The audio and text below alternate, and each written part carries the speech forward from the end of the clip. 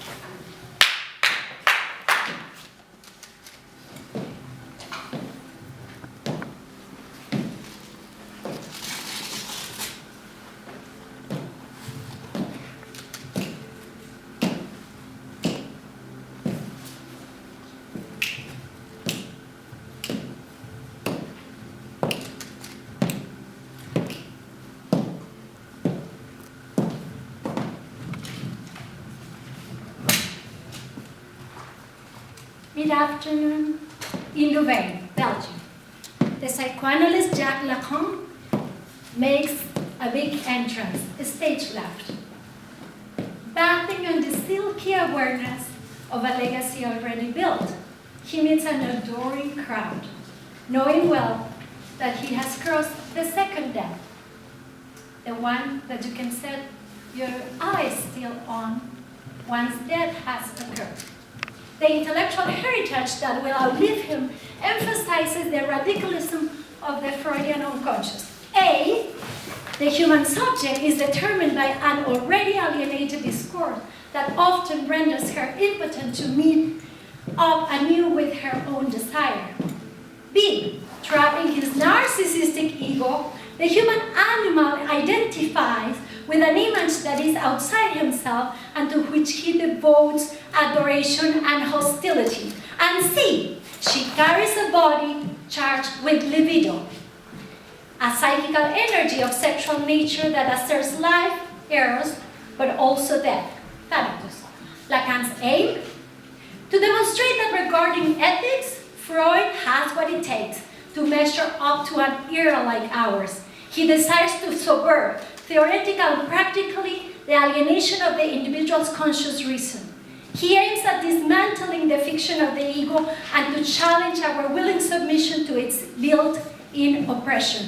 This analysis, as a passive condottiere, leads the subject to the battlefield of the ultimate revolution, the one with her very own self. And so, Lacan also warned us that with Freud we learn that social conditions and relations won't undergo transformation unless we factor in the individual ways of enjoyment tied to social-cultural and political productions. And so, he arrives to his seminar, knowing well what Farnaz sings to us from a Sufi poet. They will put a couple of bricks on our tombs, and our bodies will turn to dirt, so it might be used to make bricks for other tombs. You will die one day. Universal number 0.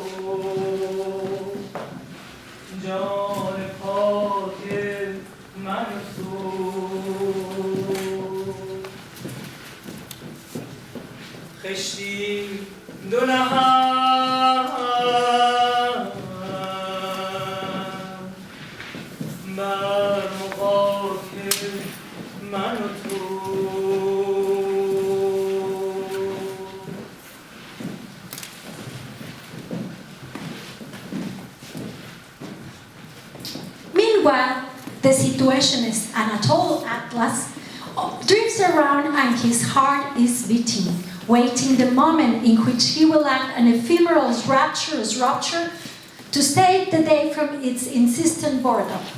He might want to be a professional revolutionary in culture who questions the everyday life already alienated and separated by cultural forms, aiming no longer for high culture but high sensations.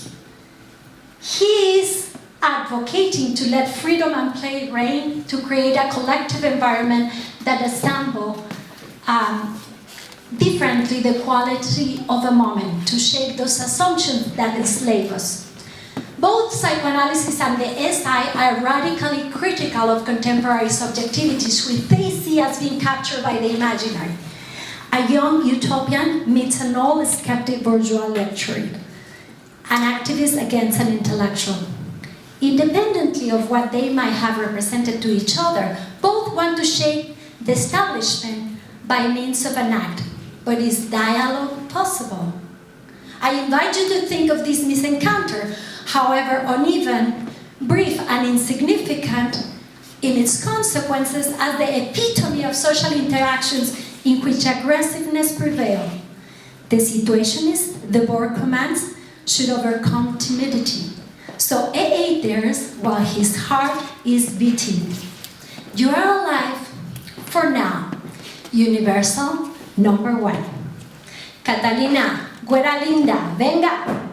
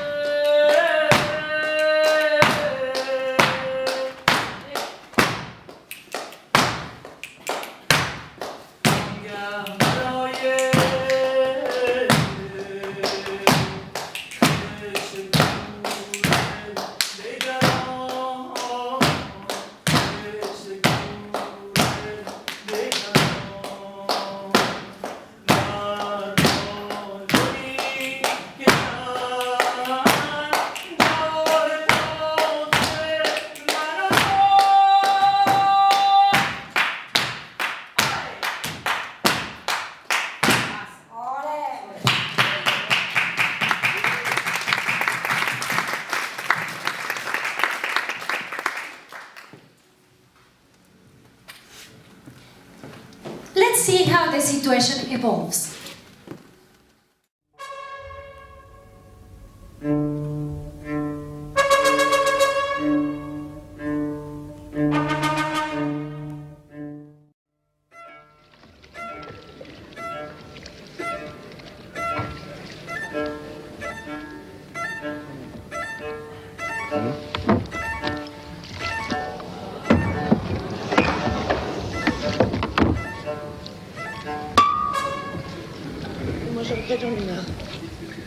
Oh, oui.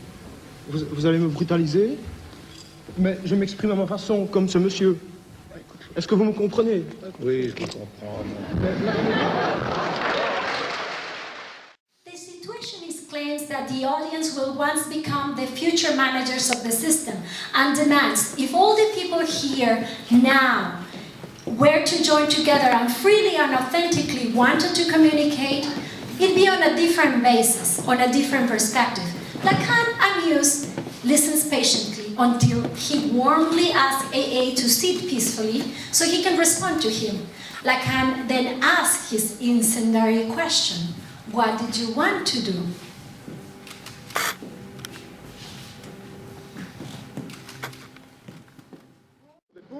Je veux faire une chose, c'est la révolution. Oui. Vous voyez?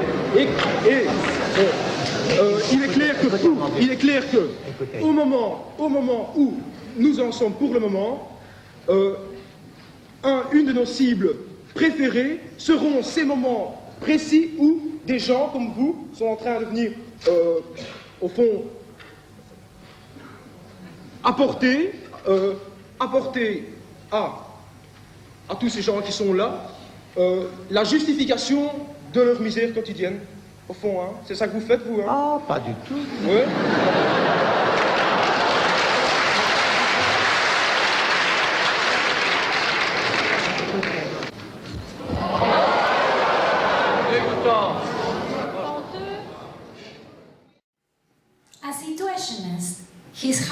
writing, his voice trembling, is caught in the spectacle of the academia.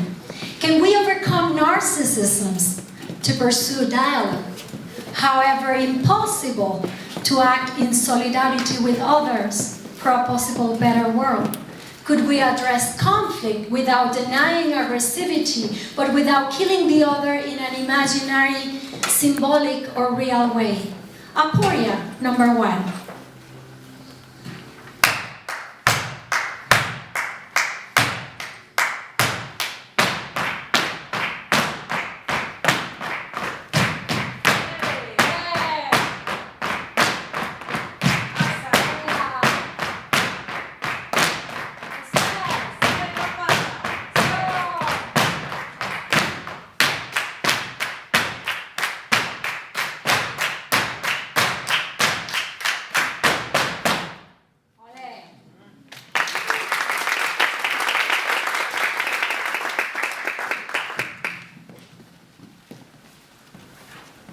The Situationist on the side of love.